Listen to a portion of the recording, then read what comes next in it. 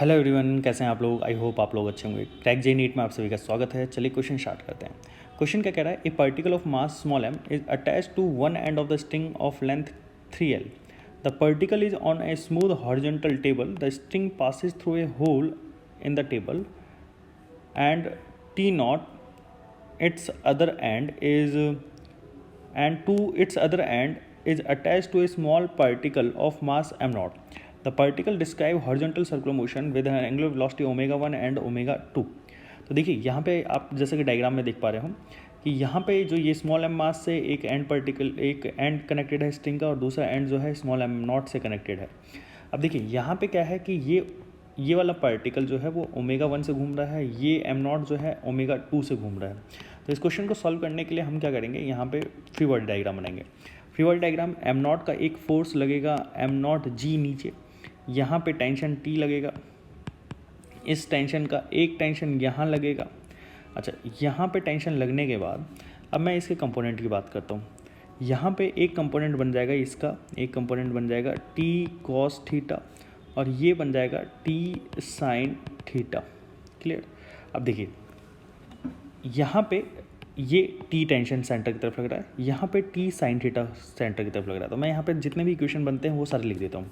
तो सबसे पहला इक्वेशन मैं इस एम नॉट मास के लिए लिख लेता हूँ। For M one not mass मैं इक्वेशन लिखता हूँ T cos theta is equal to M not G. दूसरी equation, equation number 1, T sine theta is equal to M not omega 2।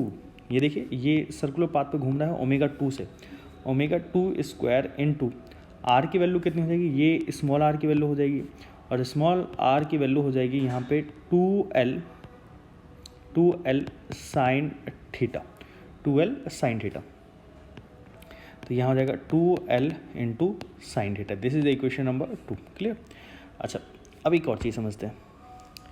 यहाँ पे थर्ड फोर इस इक्वेशन की बात करते हैं। यहाँ पे इसको थोड़ा सा और सॉल्व कर लें तो साइन थीटा से ये साइन थीटा कट जाएगा, और ये t इज इक्वल टू हो जाएगा am not omega 2 square into 2l।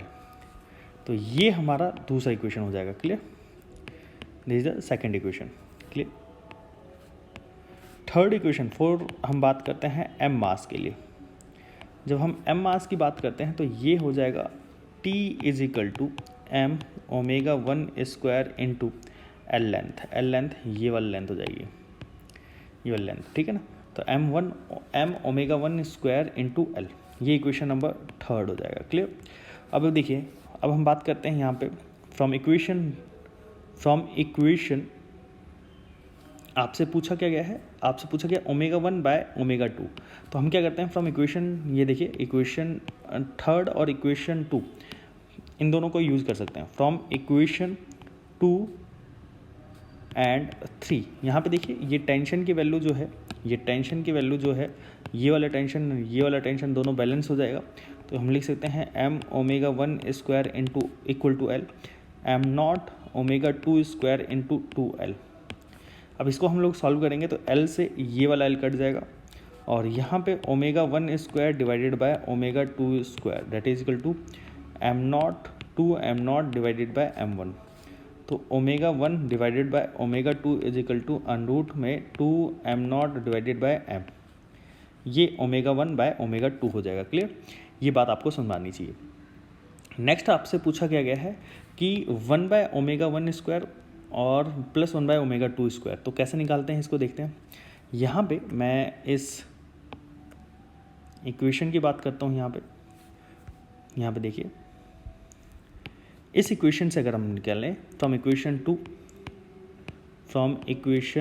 2 अगर मैं निकालूँ तो यहाँ पे मैं लिख सकता हूँ ओमेगा 2 को 1 बाय नीचे ले आता हूँ, तो 1 by omega 2 square that is equal to M nought 2m0 into L divided by T. ये हो जाएगा इक्वेशन हमने बात करी फोर्थ।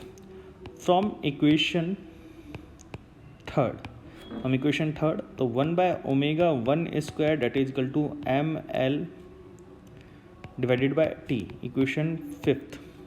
अब देखिए अगर मैं इन दोनों इक्वेशन को ऐड कर देता हूँ, from equation 4 plus from equation fifth 1/ω2² plus 1/ω1² that is equal to 2m0L/T plus mL/T।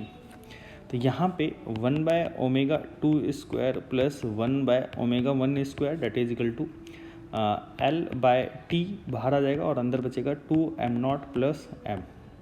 अच्छा, अब यहाँ पे टेंशन की वैल्यू अननोन है, टेंशन की वैल्यू हमें पता नहीं है, तो टेंशन की वैल्यू हम लोग यहाँ से निकाल सकते हैं। तो टेंशन की वैल्यू आ जाएगी यहाँ से T is equal to m0g/cos theta. From equation first T is equal to mg/cos theta, यही होगा m0g/cos थीटा, m0g/cos थीटा। तो अब ये वैल्यू हम लोग यहाँ पे पुट कर सकते हैं 1/ω2² plus 1/ω1² that is equal to L, और यहाँ हो जाएगा m0g और ये cos थीटा ऊपर चला जाएगा और ये हो जाएगा 2m0 प्लस m। तो ये हमारा हो जाएगा 1/ω2² प्लस 1/ω1² की वैल्यू। तो हमने ये फर्स्ट पार्ट भी कवर कर लिया और सेकंड पार्ट भी कवर कर लिया। आई होप आप लोगों को ये क्वेश्चन समझ में आया होगा। ऐसी वीडियो लेक्चर्स देखने के लिए आप हमारे चैनल को जरूर सब्सक्राइब करिएगा और बेल आइकन को प्रेस करना मत भूलिएगा ताकि जो भी लेटेस्ट लेक्चर हो आप लोगों के पास सबसे पहले पहुंच सके। Thanks for watching this video. Okay bye.